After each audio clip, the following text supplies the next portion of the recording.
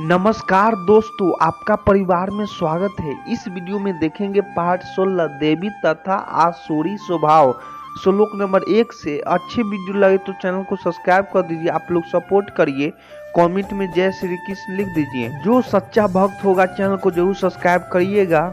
श्लोक नंबर 1।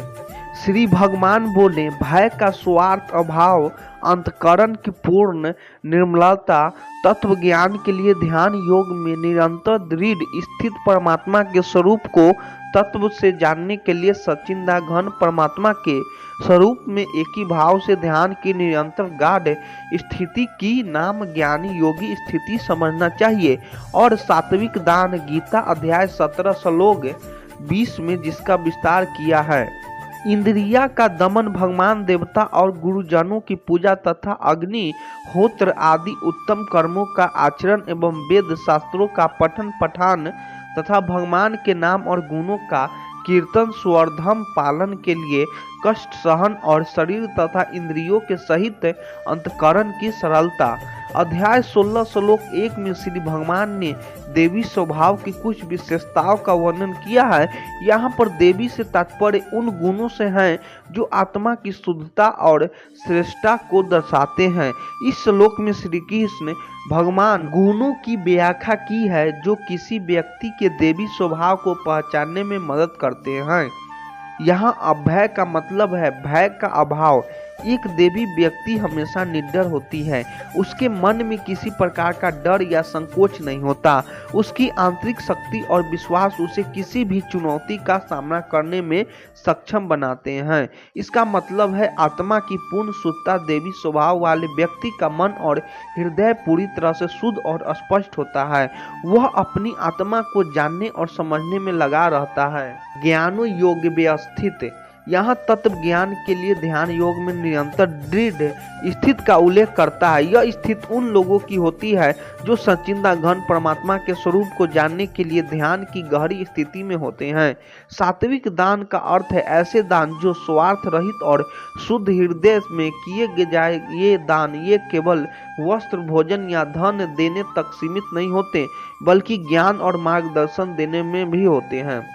इसका मतलब है इंद्रियों का संयम। देवी स्वभाव वाले व्यक्ति अपने इंद्रियों सुखों पर संयम रखते हैं और अपने स्वार्थी इच्छाओं को नियंत्रित करते हैं। यज्ञ का मतलब है धार्मिक अनुष्ठान और पूजा। देवी व्यक्ति भगवान और देवताओं की पूजा करता है, यज्ञ करता है और अपने कर्मों को सही दिशा में रखता है। स्वाध्याय का मतलब है वेद शास्त्रों का अध्ययन और तप का मतलब है आत्मा की शुद्ध के लिए कठोर साधना। आजवर्म का मतलब है सरलता और सच्चाई। देवी व्यक्ति अपने धर्म को पालन करता है और सच्चाई का अनुसरण करता है। इस प्रकार इस श्लोक में देवी स्वभाव की विशेषताओं को दर्शाता गया है जो आत्मा की पवित्रता, संयम, ज्ञान और धार्मिकता को स्पष्ट करती है। यह श्लोक उन गुणों की व्याख्या करता है जिनके माध्यम से एक व्यक्ति देवी स्वभाव को प्राप्त कर सकता है। श्लोक नंबर 2।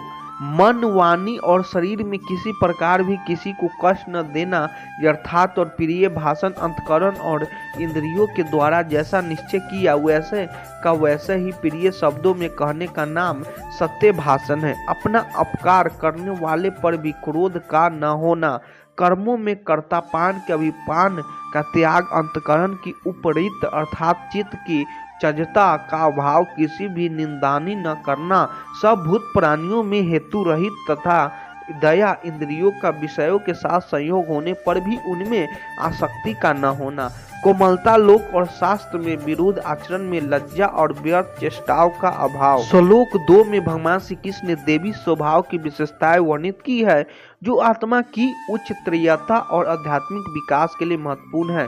अहिंसा इसका अर्थ है न केवल शारीरिक हिंसा से बचना बल्कि मन और वाणी से भी किसी को कष्ट न पहुंचाना। यह एक सकारात्मक मानसिकता को दर्शाता है जो अहिंसा का भावना को अपनाती है। सत्य, यहाँ पर सत्य का अर्थ है ऐसी बातें करना जो सच में सही और जो मन के सत्य के अनुरूप हो। सत्य को भाषण वही है जिसमें हमारे विचार और शब्द पूरी तरह से मेल खाते हैं और दूसरे को सत्यता से स्वागत करते हैं।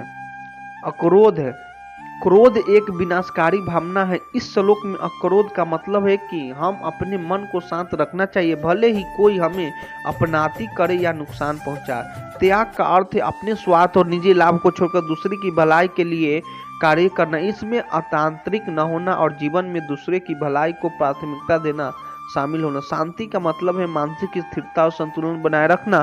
शांति का भाव चित्त स्थिर करता है और व्यक्ति को मानसिक तनाव में डालता है। अपेशुन का मतलब है दूसरे की निंदा से बचना। यह गुण उन व्यक्तियों में होता है जो दूसरों की आलोचना करने से बचते हैं और खुद को आलोचना से दूर रखते हैं। दया का मतलब है सभी जीवों के प्रति अनिवार्य करुणा और सहानुभूति। यह बिना किसी स्वार्थ के होती है और सभी प्राणियों के प्रति स्नेह दिखाती है। अलोलुप्तम, इसका मतलब है विषयों के प्रति आसक्ति का अभाव। इसका तात्पर्य है कि इंद्रियों को विषयों से जोड़ा नहीं जाना चाहिए ताकि व्यक्ति आत्मिक उन्नति की ओर बढ़ सके। माद्रौर, इसका मतलब है नम्रता और विनम्रता। यह गुण उन लोगों में होता है जो शिष्टा और सौम्यता से भरे होते हैं। हीर का अर्थ है लज्जा और आदर।